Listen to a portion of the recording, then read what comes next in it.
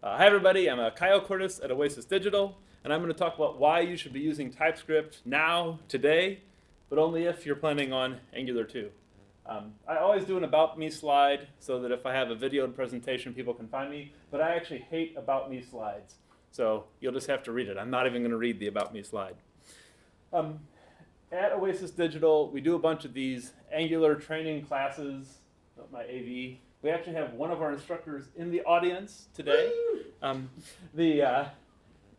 what we see in the fields, what we see among people out there that are doing Angular, at a bazillion big companies, is they're mostly using plain JavaScript. They're usually just doing some kind of minification and concatenation of that JavaScript. Some of them are even linting that JavaScript. So linting has gotten pretty good adoption. And then occasionally we see someone who is like using ES6, ES 2015, it got renamed. Someone who's using TypeScript, I think we might have met one. There are still quite a few CoffeeScript fans out there, but still, this is in the occasionally category. Most people today, fall 2015, they're using Angular 1.3, 1.4, and they're using JavaScript ES5. The era of that is over. I thought that was a pretty good expression, so as a little diversion, I Googled to see what kind of eras were over. And there's a lot of really fun things whose eras are over. I especially like that I found both big government and small government at the top of the list of things, of eras that were over. So I don't know which one of those is true, but I thought it was funny that stable government is also over. There's this idea that having one career is over. I read that for about 5 minutes before I got back to work. But in any event, a lot of eras are over, and I'm going to argue that the era of ES5 is mostly nearly over. Okay, so the reason why is we're building larger and more complex single-page apps than ever before. They have a lot of pages, they have a lot of stuff on each page, and that means they have a lot of code behind each page, right? So we're doing more development, we're doing faster development. Time pressure seems to get worse every year. I think in a sense that's bad, because we'd like to not have time pressure, but in a sense it's good. It means people really want the things we make, so we get more and more time pressure. I think there's a lot of frustration building as we build complex systems with the sort of completely ad hoc, pour some arbitrary JavaScript in the page past that web development has come from.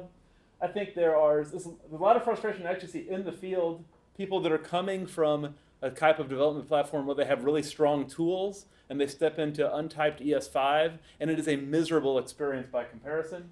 And then lastly, I think the language itself is it's not competitive anymore. There's almost no language you could pick today which is as frustrating as bare JavaScript ES5. And I think there's a little bit of Stockholm syndrome going on. I occasionally hear a Node developer who swears by plain ES5, who says, we're wrong to want anything past ES5. And I think that's sort of like, you're wrong to want an automatic transmission.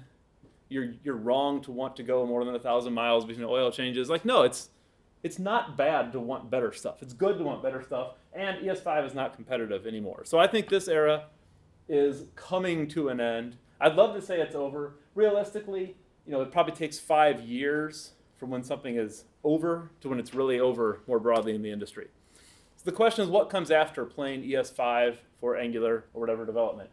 Well, the answer is a lot of things. There's a lot of contenders. And I don't want to talk about the depth of all the contenders. I just want to point out that our focus here, so my focus in my work, is in the Angular space.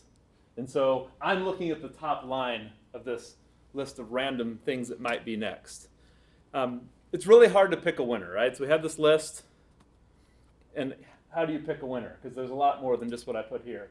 And I would say that there won't necessarily be a winner overall, but in every little sub-community or every little platform development community, there will be some kind of winner in each little space. I begrudgingly note that some of the alternatives are amazing, but in our industry, I think we've conclusively proven that that doesn't matter. Many amazing things have been not chosen as winners. Instead, I think we have to look at kind of social cues for what's going to be the winner. And the obvious one is TypeScript is the current designated winner in the Angular world. So as of the spring 2015 conference, and it's really important to date these things, So I'm saying this in September 2015, and what I'm saying is true as of spring 2015, which is that TypeScript has been designated the winner because that is what Angular 2 is written in. So if you're working in Angular 1.x today, and you're heading toward Angular 2, you are heading toward TypeScript because Angular 2 is written in TypeScript. So we have seen good evidence here that ES 2015, ES5, those will be totally legitimate to develop Angular 2 with. So I'm not saying you have to use TypeScript because they use TypeScript. What I'm saying is there's this inherent bias toward using what the platform picks. So if you're writing something on Angular 2, the default choice is going to be TypeScript, is the language used to write that. Well, defaults are very powerful things. So I'm convinced that the bias toward TypeScript means that TypeScript will be the numerical statistical winner of what people are using to write code in Angular 2. I do give a caveat, though, because sometimes in conference keynotes, people kill things. So who knows? Maybe at the next big conference, we'll find out that just like @script is out and TypeScript was in, maybe we'll find out that TypeScript is out and something else is in. So I'm only saying what I understand as of September 2015. It could change. When's the next big conference? October. No, October. There's a big conference in October. So if you're watching this after October, make sure you check to see if anything I'm saying is still true. Okay. The good news is that TypeScript is actually a really great choice. It has some really great features about it. I think the one that's most obvious on a database basis is actually not the type system, but the dev tooling support you get using the type system. I couldn't find a good logo for Visual Studio Code, but Visual Studio Code came out a few months ago. It is really slick. I think it's rapidly becoming kind of the default choice for a simple standalone editor with great features. It has great support for TypeScript, works great with Angular and TypeScript. We're already doing this at Oasis Digital in real work.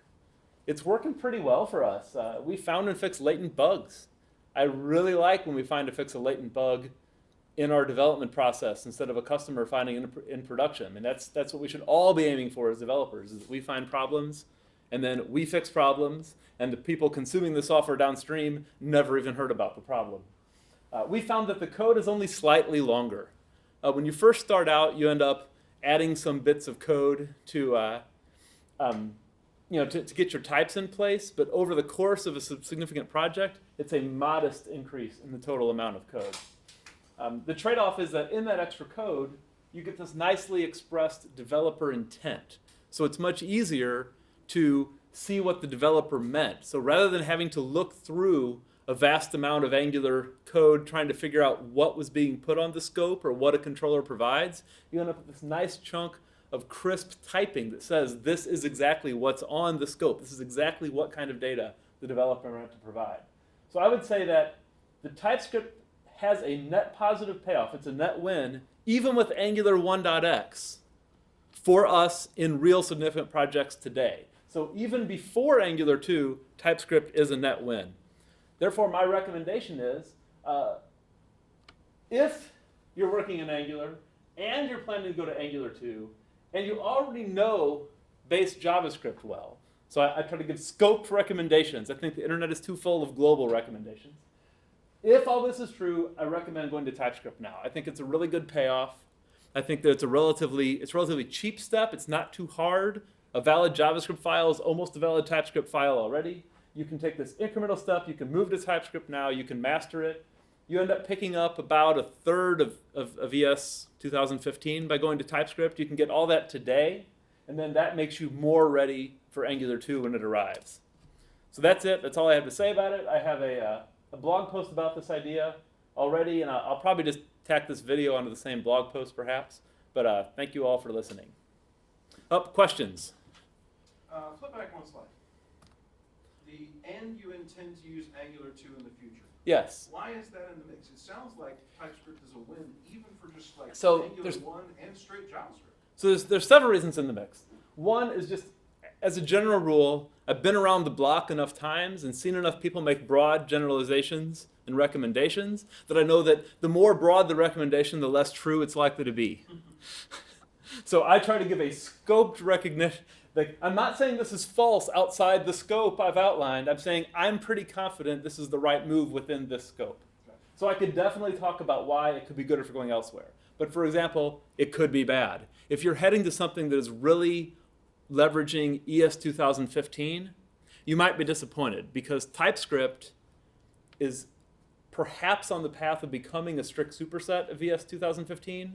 But just in terms of the feature count, it's pretty long way from there right now, as of like 1.6 alpha or beta they're in now. So if you're thinking next year you're going to be working in ES 2015 and using the features heavily, then TypeScript might be kind of a diversion off to the side you might skip.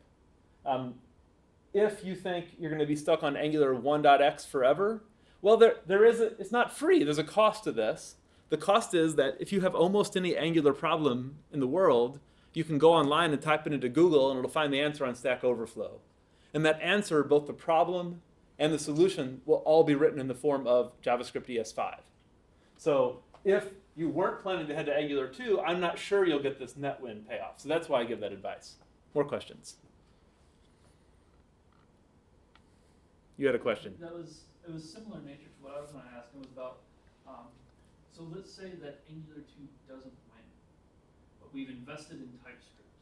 Let's say something like Aurelia somehow. Yeah, you know, I hate to mention the competition in a talk focused on one technology, but there is motion underway right now over in the Aurelia world of it may in fact end up being, right now it's written in, I think, ES 2015, but it has TypeScript annotation files around it. It may end up written in TypeScript. So it may be that it lands the same place. So I'm able to broaden the recommendation more. Any more questions? But it really is not our competition, it's Angular's competition. Right, well, I'm saying smart and capable in whatever way. Absolutely, absolutely. I think that there's a real good payoff. The only negative would be if you move toward TypeScript, but the thing you end up chasing moves toward ES 2015, Right. that you're kind of behind on that because Babel or Tracer both have a far bigger subset of the 2015 feature set implemented and working today. And TypeScript has a relatively small, it has kind of the most important things as a module system and classes and arrow functions, but it doesn't have everything by far. It doesn't have like the async await stuff. They haven't even started thinking about that stuff yet. No, that makes a lot of sense. Any more questions? Okay, well, let's wrap up. It'll be a mercifully short talk. Thank you.